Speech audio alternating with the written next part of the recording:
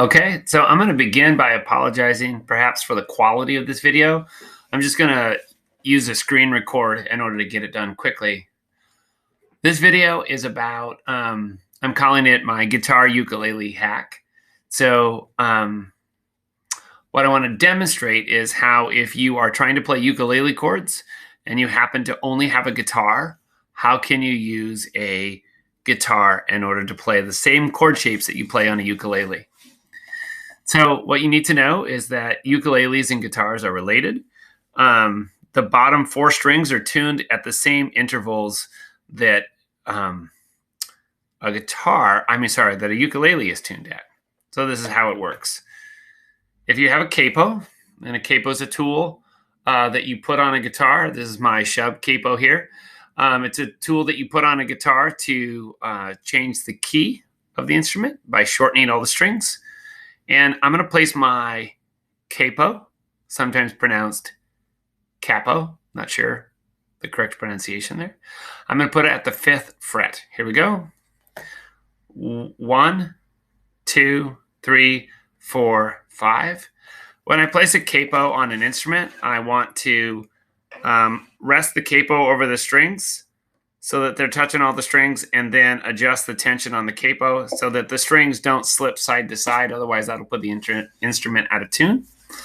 All right, so now I have a capo on my guitar, and now the strings will only vibrate from the bridge down here up to the capo up here.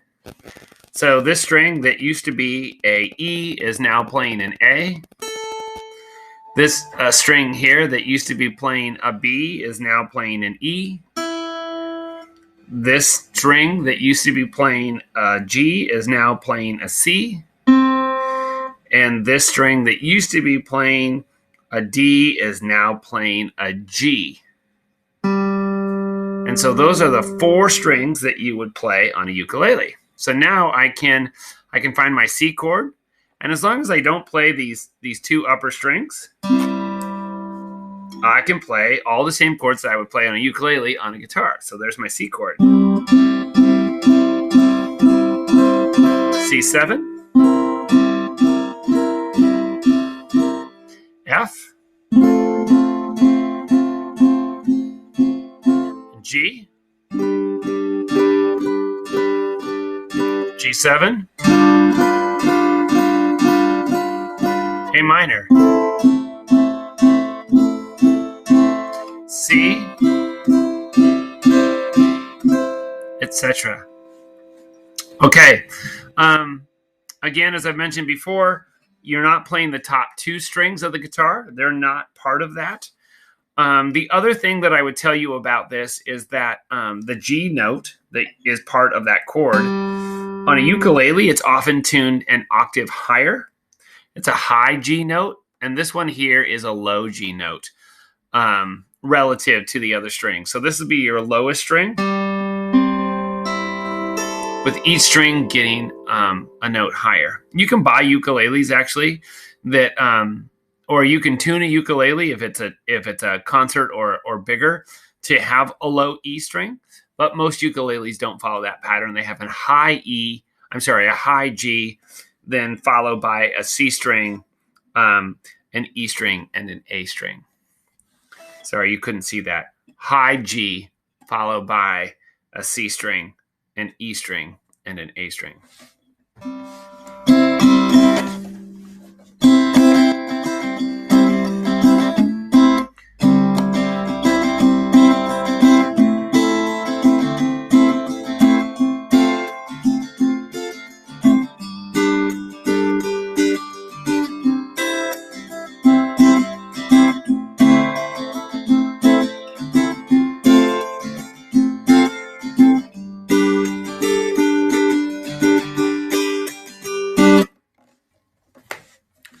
For you guitar players, how this information might be helpful for you is if you're really struggling to make the chords on the guitar, you're like, how can my fingers stretch that far? There's no way that my 3 finger can reach all the way up to the 3rd fret, and that's really a struggle for you. You can use the same concept that I'm using, only apply it to guitar playing. I'm going to go ahead and take a sock here, see if this works. I don't know. I'm going to stick it between my top two strings.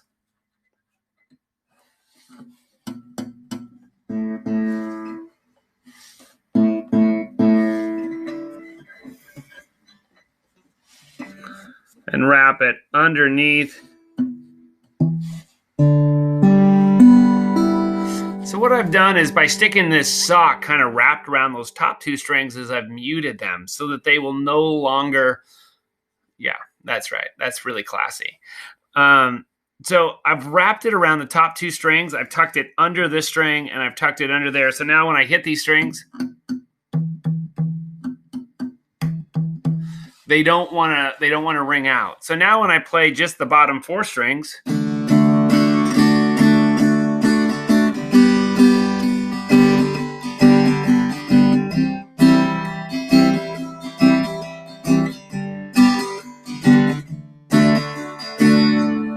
I can play those strings without worrying about the top two strings being involved.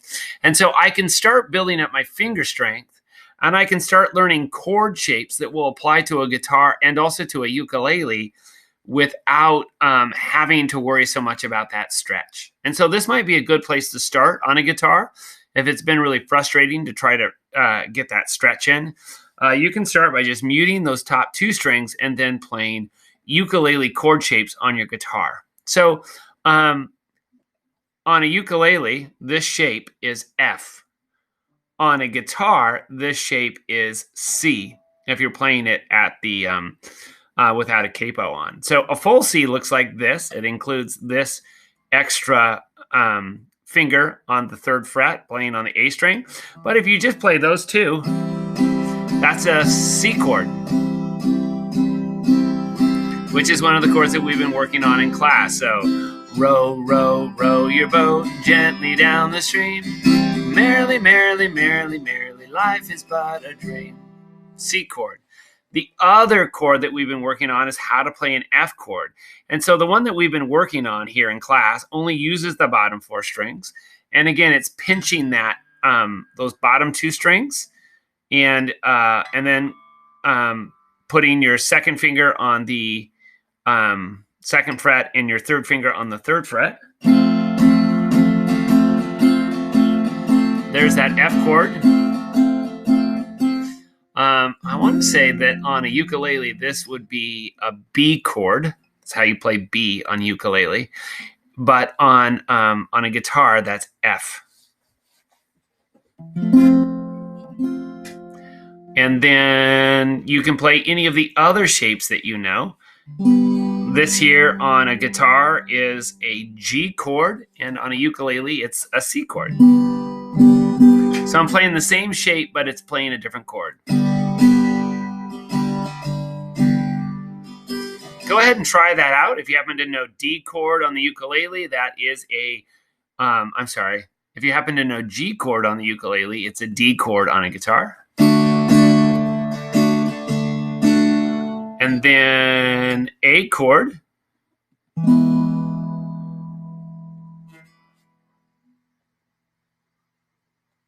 I don't know what this is on the guitar. Oh, it's an E chord. That's right.